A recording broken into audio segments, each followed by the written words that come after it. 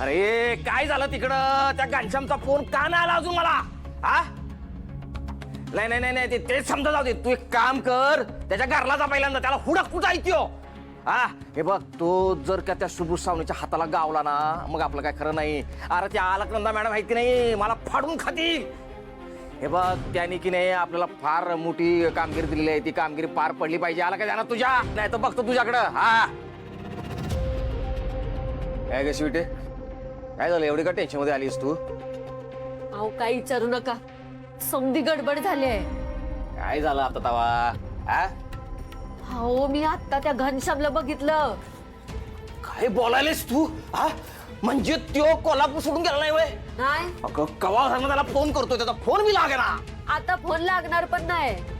म्हणजे का माहितीये, तो घनश्याम आता श्रावणीच्या हाती लागलाय. शेवटी तू खरं बोलतेस ना? तर मी कशाला खोटं बोलू? हा स्वतःच्या डोळ्यानं बघितलंय मी, श्रावणी त्याला कुठेतरी घेऊन जात होती. ह्यो समजा डावा आपल्यावरती उलटतो की काय आता? हा तसं पण होऊ शकते. आणि श्रावणी जर घनश्याम पर्यंत पोहोचलीये, ह्याचा अर्थ तिला सत्य कळलं असणार आतापर्यंत. एकतर ती खुळ्या डोसक्याची पोरगी आहे, गप्प बसणाऱ्यातली नाही आहे. आपल्या मागावर येईल, आपला खेळ खल्लास करेल, ती कळतं ना. हो ती त्याला पकडून विश्वंभरच्या मोर उभी करेल काय? नाही नाही नाही, मला नाही वाटत तसलं काय. मला वाटायलंय ती त्याला सेफ ठिकाणी लपवून ठेवलंय कुठं तर.